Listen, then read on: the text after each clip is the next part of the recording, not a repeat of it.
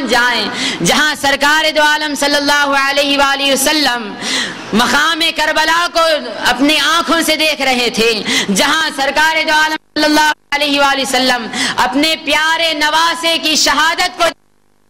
وہیں پر اپنے ازواج مطہرات کی زندگیوں کو بھی دیکھتے کہ کس کی عمر کتنی ہے اور کون میرے بعد کب تک زندہ رہے. لہذا سرکار نے اپنی نگاہ نبوت سے دیکھا کہ لمبی عمر اور مقام کربلا اور اس واقعے تک کوئی اور نہیں بلکہ ام سلمہ ہی زندہ ہے، تو آپ نے کسی اور کو نہیں بلکہ اسی وجہ سے کو وہ مٹی عطا فرمائی. تو حضرات گرامی اسی سے ہوتا ہے کہ سرکار کو اللہ تعالیٰ نے کس طرح علم غیب عطا فرمایا. جائیں سرکار کے علم غیب پر کہ جہاں حضور پاک مقام کربلا کو دیکھ رہے ہیں، صلی اللہ علیہ وآلہ وسلم اس لوح محفوظ کو بھی دیکھ رہے ہیں اور وہاں پر لکھی ہوئی سب کی عمر کو بھی دیکھ رہے ہیں اور اس کے مطابق حضور پاک صلی اللہ علیہ وآلہ وسلم احکامات بھی نافذ فرما رہے ہیں. تو حضرات گرامی یہی وجہ تھی کہ حضرت امام حسین رضی اللہ تعالیٰ عنہ کی شہادت کو اتنی زیادہ معرفت حاصل ہوئی اور اس کے ساتھ ساتھ اللہ تعالیٰ نے آپ کو یہ فضیلت بھی عطا فرمائی کہ دیکھیے فرمایا گیا کہ جب کسی کے جسم سے خون بہہ جاتا ہے تو اسی کے گروپ کا خون چڑھانے سے اس کی جان بچ جاتی ہے. یہ آپ بھی دیکھتے ہیں ہسپتالوں میں، آپ بھی دیکھتے ہیں کہ اگر کسی کا او پازیٹیو ہے تو او پازیٹیو ہی اس کو لگتا ہے، یا کچھ اور ہے تو وہی اس کو لگتا ہے. کوئی دوسرا خون دیا جائے تو وہ اس خون کو قبول نہیں کرتا، اور اگر چڑھا بھی دیا جائے تو پھر وہی بیچارہ چڑھ جاتا ہے. تو پھر یہاں کیا مراد ہے کربلا سے؟ تو فرماتے ہیں یزید جب حکومت پر آیا اور تخت نشین ہوا تو اس نے دین و اسلام میں بے انتہا بگاڑ پیدا کر دی اور بہت ہی عجیب و غریب نئے نئے طریقے نکال دیے،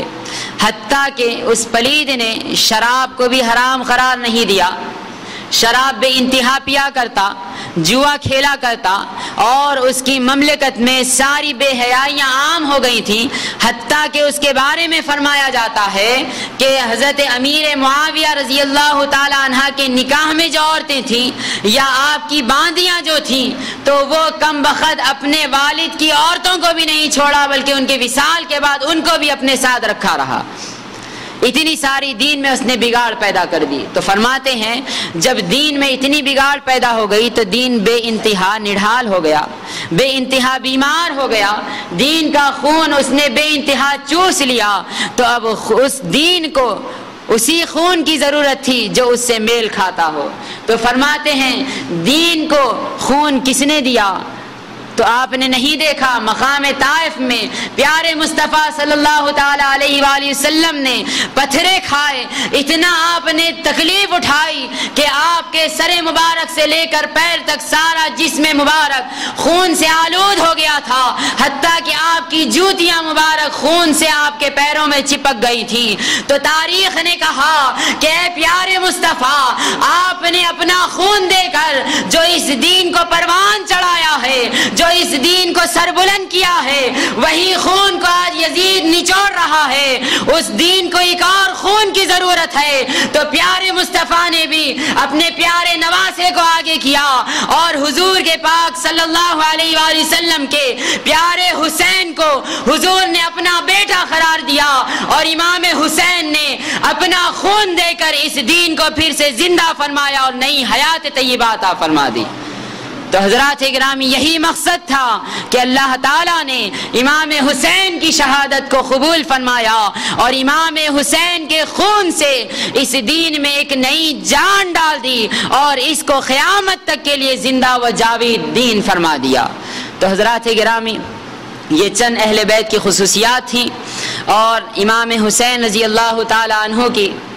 شہادت کی جو معرفت اتنی مشہور ہے اس کے مطابق یہ چند احادیث تھیں. انشاءاللہ آئندہ ہم صرف امام حسین رضی اللہ تعالیٰ عنہ کے سارے سفر مبارک اور اس سے پہلے امام مسلم کے ساتھ کیا ہوا، ان کے فرزندوں کے ساتھ کیا ہوا، انشاءاللہ اسی کا ذکر کریں گے۔ اللہ تعالیٰ سے دعا ہے جو کہا گیا سنا گیا ہے کہنے سننے سے زیادہ عمل کرنے کی توفیق عطا فرمائے۔ اپنے حبیب مکرم صلی اللہ علیہ وآلہ وسلم کے صدقہ طفیل میں ہمیں اہل بیت کا محب بنائے، اپنے حبیب کے صدقہ طفیل میں قرآن اور حضور کی اطاعت کو تھامنے والا بنائے، ہمیں گمراہیوں سے محفوظ فرمائے، اپنی اہل بیت کا گرویدہ بنائے، بجاہ حبیبی کا صلی اللہ علیہ وآلہ وسلم۔ وآخر دعوانا الحمدللہ رب العالمین۔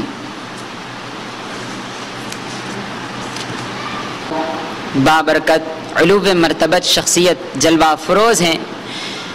کہ جن کے آبا و اجداد کے ہم نسل در نسل گرویدہ رہے ہیں، اور انہی کے صدقے میں ہمارا سارا ہندوستان پل رہا ہے، اور انہی کا صدقہ ہم کھا رہے ہیں، کہ جن کو غریب نواز کہا جاتا ہے۔ تو حضرات گرامی، ہمارے وہ پیارے شہنشاہ اور ہند کے بادشاہ، ہند کے راجہ سیدنا غریب نواز علیہ رحمت و رضوان کی آل مبارک میں سے 26ویں نسل مبارک میں آپ کے شہزادے آج ہمارے درمیان رونق افروز ہیں، اور الحمدللہ